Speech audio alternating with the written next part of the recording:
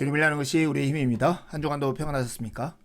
오늘부터 우리는 제프 반더스텔트의 복음의 언어라는 책을 함께 나누겠습니다. 오늘은 일부 복음의 유창성을 함께 살펴보시죠.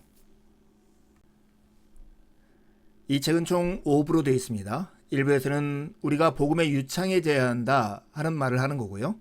2부에서는 우리가 유창해져야 할 그 복음이 무엇인가를 소개합니다.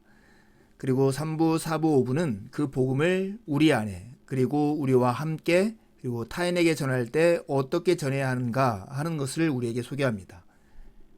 복음은 신학적으로 뿐만 아니라 실질적으로도 우리 삶에 영향을 끼쳐야 합니다. 좋은 소식, 즉 복음은 우리의 설교부터 자녀 양육에 이르기까지 우리가 어떻게 예수 그리스도에게 영광을 돌리며 살아가야 하는지를 보여주는 청사진입니다. 이 책은 매우 도발적인 주장으로 시작됩니다. 우리는 모두 불신자라는 것이죠. 우리는 자라면서 이 세상엔 두 종류의 사람이 있다고 생각합니다. 예수 그리스도와 그분이 우리를 위해 행하신 일을 믿는 사람과 믿지 않는 사람, 이렇게 말입니다. 그런데 저자는 25년 이상을 목사로 살아온 지금 자기 자신은 그리고 자기 자신을 포함한 우리 모두가 불신자임을 깨달았다고 고백합니다. 우리 모두가 불신자라는 말은 우리 삶에 여전히 하나님을 믿지 못하는 부분들이 있다는 의미입니다. 우리는 불신자입니다. 물론 매 순간 그런 것은 아닙니다. 그러나 불신의 순간들이 있습니다. 아마 우리 모두가 그럴 것입니다. 그러기에 우리는 일상에서 예수님을 믿는 삶을 배워야 합니다. 진정 살아있는 삶은 예수님을 믿는 삶, 일상에서 예수님을 믿는 삶입니다. 우리는 지금도 그렇게 사는 법을 배우고 있습니다. 우리는 아직도 삶의 많은 부분에서 불신자이기 때문이죠.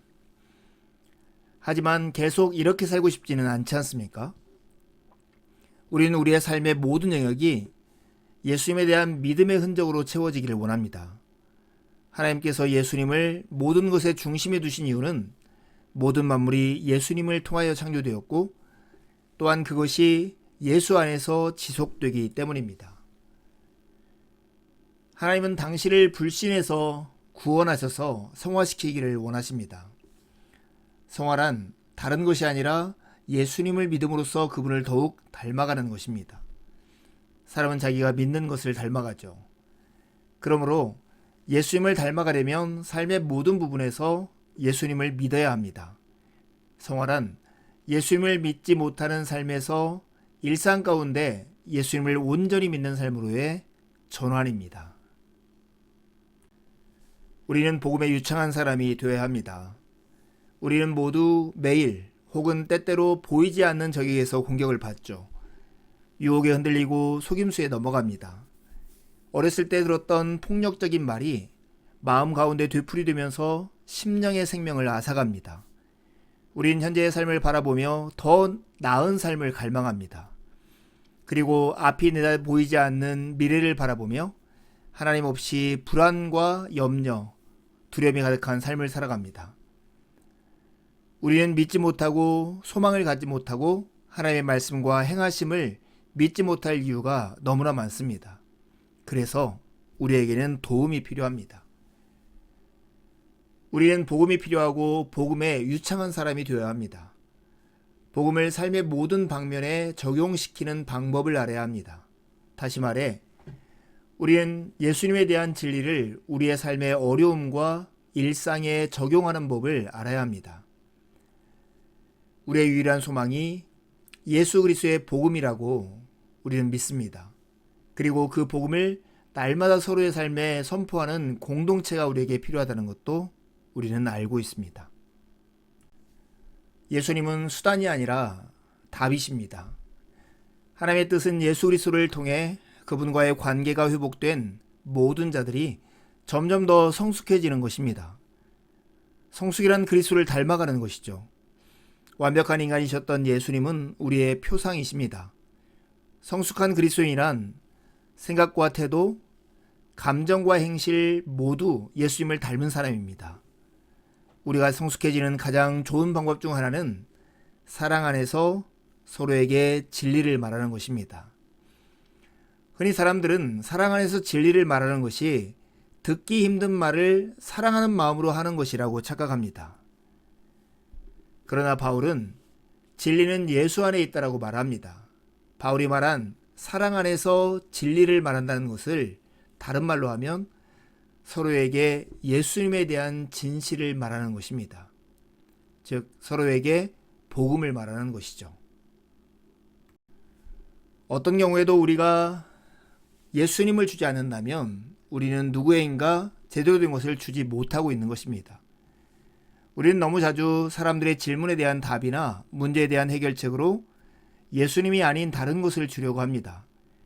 경제적인 문제가 있으면 우리가 아는 가장 좋은 재정관리 비법을 알려줍니다. 관계적인 문제가 있으면 소통의 비법을 알려줍니다. 의심에 대한 문제라면 그냥 믿으라고, 믿으면 다 괜찮아질 거라고 말해줍니다. 그러나 우리가 그들에게 예수님을 주지 않는다면 실패한 것입니다.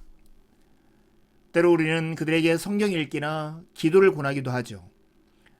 물론 이런 것들은 귀한 것들입니다. 그러나 성경 읽기와 기도를 통해 예수님을 만나고 알아가는 법을 가르치지 않는다면 오히려 이 유익한 것을 통해 예수님과 멀어지게 될 수도 있습니다. 유익한 것을 신적인 것으로 만드는 것, 이것이 바로 우상숭배의 핵심 아닙니까? 우리는 종종 하나님께로 인도하는 것들을 하나님보다 더 사랑하고 의지함으로써 그분께 나아가지 못하려고 실패할 때가 얼마나 많습니까? 예수님 시대의 종교 지도자들은 최고의 성경학자들로 가장 종교적이고 가장 많이 기도하는 사람들이었습니다. 그러나 그들은 예수님을 알아보지 못했습니다. 그들은 예수님을 드러내는 말씀을 사랑했습니다. 하지만 정작 예수님은 사랑하거나 의지하지 않았습니다. 그들은 핵심을 놓치고 말았습니다. 그들은 예수님을 진정 몰랐습니다. 그들은 예수님을 진정 경배하지 않았습니다. 대신 그들은 그들의 성경을 경배했습니다. 그들은 예수님을 바라보지 않았기에 아예 성장하지도 않았습니다. 우리가 서로에게 예수님을 전하지 않는다면 우리는 서로를 그분에게서 멀어지게 하고 있는 것일 수도 있습니다. 우리가 서로를 그리스도의 장사한 분량까지 자라게 도와주고 싶다면 우리는 그리스도에 대한 진리를 우리의 삶의 모든 방면에 적용하는 방법을 익혀야 합니다. 우리가 직면하는 모든 문제, 모든 상황, 모든 것에 예수님에 대한 진리를 적용해야 합니다. 우리는 주일학교나 교회 훈련 프로그램과 전도법을 통해서 대화 속에 복음을 듬성듬성 뿌리는 법을 가르칩니다. 우리는 토막 복음을 설교하면서 상대방이 제대로 복음을 말하고 있다고 착각하지만 그들이 듣는 것은 복음이 아닙니다. 그들이 듣는 예수님에 대해 진리가 그들의 삶과 구체적인 상황에 적용되지 않는다면 그들이 듣는 것은 좋은 소식이 아닙니다. 결국 그들이 듣는 것은 그들의 삶과 맥락, 문화, 언어와는 동떨어진 구호일 뿐입니다. 대부분의 신자들이 복음을 선전구호나 광고 카피처럼 말하는 조각복음 신자들입니다. 그들은 복음 비슷한 것을 말하지만 사람들이 듣고 믿을 수 있는 진품 복음은 말하지 않습니다. 복음은 듣는 이의 현재 삶에 적용되고 변화를 가져와야 좋은 소식이 될 수 있습니다. 우리는 반드시 복음에 유창한 사람이 되어야 합니다. 그렇다면 어떻게 우리가 복음의 유창함을 키울 수 있을까요? 언어에 유창해지는 것은 단순히 모르는 언어를 아는 언어로 번역하는 것에서부터 그 언어로 삶의 모든 것을 해석하는 데까지 이르는 것입니다. 그 언어로 생각하고 느끼고 자유로이 말할 수 있을 때에 비로소 유창해지는 것이죠. 하나님은 그분의 백성들이 복음도 이러한 유창함을 통해 경험하기를 원하십니다. 하나님은 우리가 우리 주변 세상과 우리 내면의 세계를 복음의 렌즈로 예수 그리스도와 그분이 하신 일을 통해 드러난 하나님의 진리로 해석하기를 원하십니다. 더 중요한 것은 복음에 유창해져 가는 사람들은 본인들도 지속적인 변화를 경험한다는 것입니다. 복음의 진리가 그들의 생각, 신념, 감정, 그리고 행동에 적용됨에 따라 그들은 날마다 그리스도를 닮아가는 변화를 경험하게 됩니다. 그들은 삶의 모든 방면에 적용되는 예수 그리스도의 진리를 듣고 전하기 때문에 모든 방면에서 그리스도의 장성한 분량까지 자라납니다. 곧 복음에 유창해져 가는 것입니다.